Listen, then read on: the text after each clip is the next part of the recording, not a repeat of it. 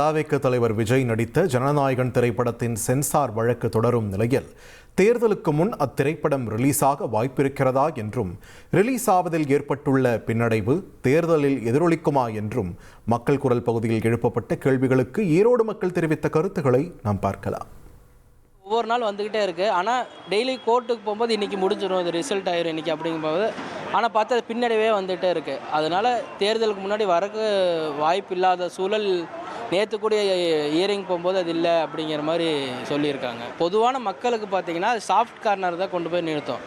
அதனால் எப்படி சொல்கிறது, அந்த படத்தை அவங்க கவர்மெண்ட்டாக எதிர்க்குது, அவர் வளர்ச்சியை பிடிக்காமல் எதிர்க்குது அப்படிங்கிற ஒரு கான்செப்டில் தான் இப்போ கொண்டு வந்துடுது. அது அவருக்கு பலம் தானே வரும், அது ஒரு பாசிட்டிவாக தானே போய் மக்கள் மத்தியிலேருந்து ரிசல்ட்டாக போய் சேரும். இது ஒரு படம் சாதாரணமாக என்ன ஒரு தேட்டரில் ஒரு வாரம் ஓடுங்களா, இன்றைக்கி இருக்க காலகட்டத்துக்கு ஒரு படம் ஒரு வாரம் தான் ஓடுது. அந்த ஒரு வாரத்தில் எதையும் அவங்க பெருசாக சாதிக்க போகிறதில்ல. இதுக்கு பின்னாடி ஒரு டைரக்டரோட உழைப்போ, அது சார்ந்த கோ டைரக்டர், இப்படி பல டீமோட உழைப்புகள்லாம் இருக்குது. எல்லா உழைப்புகளையும் அவங்க சுரண்டுற மாதிரியோ ஒரே ஒரு நபருக்காக இது அத்தனை பேர்த்த உழைப்பையும் கெடுக்கிற மாதிரி இருக்குது. படங்கிறது ஒரு என்டர்டைன்மெண்ட்டு, அதை பெருசாக நம்ம முன்னெடுத்து இதை ஒரு அரசியல் கோணமாக மாற்றக்கூடாதுங்கிறது எங்களோட கருத்து. தேர்தலுக்கும் இந்த படத்துக்கும் எந்த அளவுக்கு அப்படிங்கிறது கண்டிப்பாக தெரியல. ஏன்னா இது ஒரு படம் பார்க்கக்கூடிய பார்வையாளர்கள் வேறு, தேர்தலில் ஓட்டு போடக்கூடிய வாக்காளர்கள் வேறு, ஒரே மனிதர்கள் தான், பட் எண்ணங்கள் வேறையாக இருக்கும்.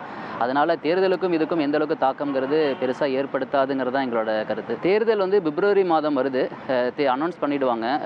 டேட் அனௌன்ஸ் பண்ணிட்டாலே ஆஸ் பர் ப்ரோட்டோகால் படி ஒரு அரசியல் தலைவரோ இல்லை அந்த ஒரு சட்டமன்ற வேட்பாளரோ அது அவங்களோட படம் ரிலீஸ் பண்ணக்கூடாதுன்னு தான் சட்டம் இருக்குது. அதனால் தேர்தலுக்கு முன்னாடி வரதுக்குரிய வாய்ப்புகள் ரொம்பவே டஃப்பாக இருக்குங்கிற மாதிரி தான் தெரியுது எங்களோட பார்வை. தமிழ் சினிமானா இல்லை சொல்லக்கூடிய விஜய்ங்கிறது பேர் தான். பட் இப்போ அது அவர் அரசியல் போயிட்டாருனாலும் இப்போ என்ன ஃபஸ்ட்டெல்லாம் ரெண்டு கட்சிங்கிற மட்டும்தான் இருக்கும். ஒரு டிஃபால்ட்டாக ஒரு சிஸ்டம் மாதிரி ரெண்டு கட்சி தான் அப்படிங்கிற மாதிரி இருக்கும். இப்போ என்னென்னா அந்த ரெண்டுங்கிறத பிரேக் பண்ணிவிட்டு இப்போ எங்கே போனாலும் தாவேக்கா அப்படிங்கிற ஒரு இதை அவர் ஃபுல்ஃபில் பண்ணிட்டாரு.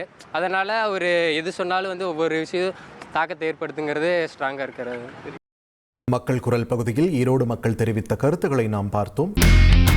இனி செல்லும் இடமெல்லாம் செய்தி. தந்தை டிவியின் வாட்ஸ்அப் சேனலை ஃபாலோ பண்ணினா செல்லருக்கும் இடமெல்லாம் செய்தி. இதோ QR கோட் இப்பவே ஸ்கேன் பண்ணுங்க, ஃபாலோ பண்ணுங்க.